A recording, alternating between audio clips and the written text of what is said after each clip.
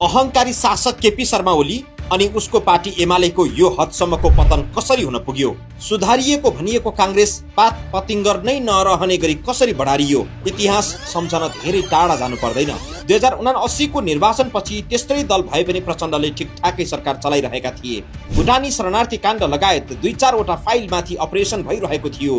केपी शर्मा ओली र शेरबहादुर देउबा मिलेर भइरहेको प्रचण्ड सरकार अकस्मात ढालिदियो र अकारण ओलीको नेतृत्वमा अर्को सरकार बन्यो। भइरहेको सरकार किन ढालेको भन्दा स्वयं ओली र देउबासँग कुनै जवाफ थिएन। त्यसपछि ओली सरकारको दम्भ अनि मनपरी उल्टो पाल्टो शासन सुरु भयो। रवि लामिछानेलाई जेल हाल्ने, भुटानी शरणार्थी काण्डका नायकहरूलाई जेलबाट निकाल्ने, आफ्नाहरूलाई सरकारी नियुक्ति दिलाउने धन्दामा ऊ केन्द्रित बन्यो। जनताले गरेको आलोचना र खबरदारीलाई कति पनि सुनेन।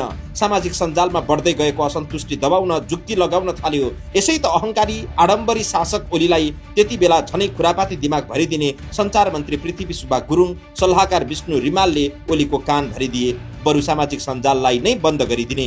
नरह्यो बाँस न बज्यो बाँसुरी नभन्दै Facebook, Twitter, Insta, Viber, WhatsApp लगायत 2 दर्जन एपहरू एकसाथ बन्द गर्ने आत्मघाती निर्णय गरे।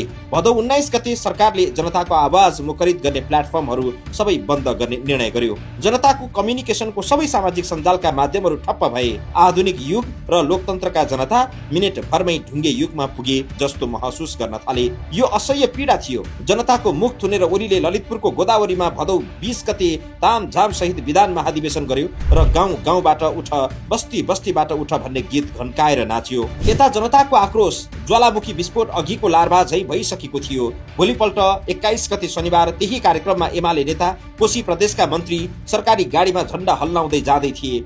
हरिसिद्धिमा एउटी बालिकालाई जेब्रा क्रसबाट बाटो काट्दै गर्दा ती मन्त्रीको गाडीले ठक्कर दियो। बिचरी ती बालिका सडकमै ढलिन्। तर ती मन्त्रीले सामान्य मानवीयता समेत नदेखाई गाडी नरोकी हुइकिए। त्यो भिडियो सामाजिक सञ्जालमा मिनेटभरमा विश्वभर फैलियो। जनताले सोचेका थिए यस्ता क्रूर मन्त्रीलाई तत्काल एमालेले फिर्ता बोलाउलान् र कानुन बमोजिम कारबाही गर्ला।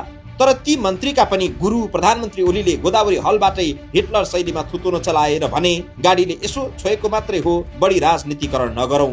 यो भनाइले आम युवाहरूको रगत झनै उम्लियो। जेनजी युवा समूहले आयोजना गरेको सेप्टेम्बर 8 अर्थात् भदौ 23 को आन्दोलनलाई झनै मसला बनाउन ओलीको त्यो क्षुद्र हरकतले ठूलो भूमिका निभायो।